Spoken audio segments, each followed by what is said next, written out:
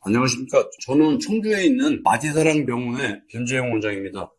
저희 병원 홈페이지에 어떤 분이 발목을 자꾸 삐는데 어떻게 하면 좋겠습니까 하고 의학 상담을 하신 내용이 있어서 그 질문을 주제로 해서 내용을 준비했습니다. 우리가 흔하게 발목이 삐었다든지 접질렸다든지 하는 것을 의학적인 용어로는 염자라고 하고요. 발목의 염자는 인대가 손상이 되는 겁니다. 심한 경우에는 끊어지는, 파열이 된다, 그런 의미의 그 용어를 쓰게 되는데, 대부분 발목을 삐게 되면은 발목이 이렇게 안쪽으로 접질리게 되거든요. 그렇기 때문에 대부분 발목 바깥쪽에 있는 인대들이 손상이 됩니다. 그림을 보시면은 맨 앞쪽에 있는 인대가 전거비 인대라고 하고요.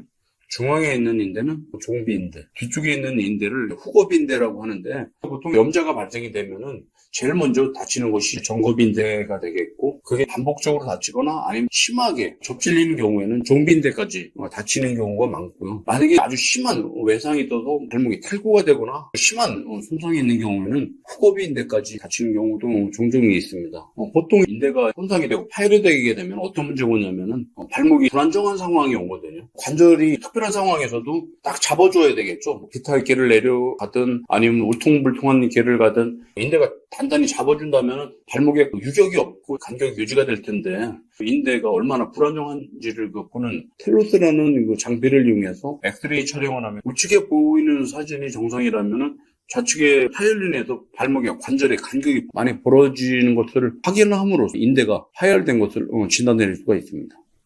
이렇게 인대가 파열이 돼서 불안정한 상황이 됐을 때 적절한 치료가 되지 않는 경우가 많습니다. 그 이유는 뭐냐면 발목 염자가 왔을 때 진단이 잘 안 되는 문제도 있고요. 진단이 또 잘 안 되니까 초기에 적절한 치료가 안 되니까 만성적으로 가는 경우가 있거든요. 그래서 만성적으로 가는 경우에 적절한 치료가 안 되면 어떤 식으로 병이 진행이 되는가를 설명을 드릴까 합니다. 첫째는 발목의 인대가 덜렁거리는 상당히 불안정한 상황이 계속 진행이 되는데 인대가 덜렁거린다고 그러면 발목을 잡아줄 수가 있겠습니까?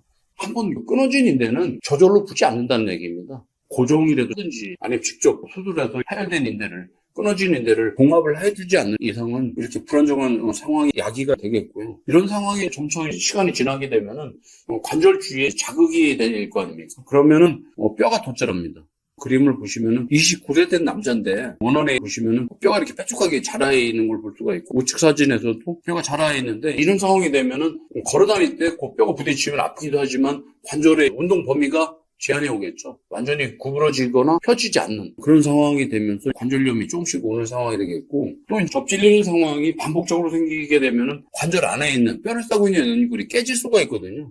이런 것을 관절 연골이 손상이 된다고 하는데 이런 상황이 되면 심각한 상황으로 진행이 되는데 사실 연골이 조금이라도 손상이 있다면은 체중 부하를 하고 걸어 다니게 되면은 연골의 손상이 점점 옆으로 퍼져나갈 거 아닙니까? 그러면 궁극에는 관절 간격이 좁아지고 관절염으로 인해서 환자는 아주 심한 통증과 고통과 불편감을 겪게 되겠죠. 이런 것들이 장기적으로 가는 경우에는 문제는 뭐냐면은 무릎 같은 경우에는 연골 손상이 와서 관절염이 설령 와도 인공관절을 넣으면 되겠지만은 발목 관절염인 경우에는 인공관절 수술을 하긴 하지만은 무릎만큼 그렇게 결과가 좋지 않습니다. 그렇기 때문에 젊은 나이에는 관절을 고정을 해야 되는 경우도 있기 때문에 사실 심각한 문제죠. 발목에 만약에 관절염이 온다면. 저희 병원에서 발목의 염자에 대해서 치료하는 원칙을 잠깐 말씀을 드리겠습니다. 앞서 말씀드렸듯이 전거비 인대가 제일 먼저 다친다고 말씀을 드렸는데 만약에 이 전거비 인대에 부분 파열이 있거나 단독 파열이 있다면 일단은 비수술적인 치료가 우선시 되고 있습니다. 만약에 전거비 인대에 부분 파열이 됐든 완전 파열이 됐든 급성기다. 급성기라는 건 뭐냐면 다친 지 얼마 안 된 경우죠. 하루가 됐다 이틀이 됐다면 그런 상황을 우리가 급성기라고 하는데 이런 경우에는 일단 고정치료가 제일 중요합니다. 왜냐하면 급성기 때는 고정치료를 해놓으면 인대가 부풀 수 있는 여지가 있거든요. 특히 젊은 연령대 청소년기에는 더 그렇습니다. 일단 고정 치료를 해서 인대가 버틸 수 있는 환경을 만들어 놓고 안에 지혈도 시키고 붓기도 가라앉히고 염증도 가라앉히다 보면 통증도 해결이 되겠죠. 그럼 이런 상황이 되면 보통 한 3주 정도 저희는 고정을 하거든요. 3주 이후에는 재활치료와 운동치료를 하면서 관절 운동도 하고 근력도 만드는 치료를 하게 되겠고요.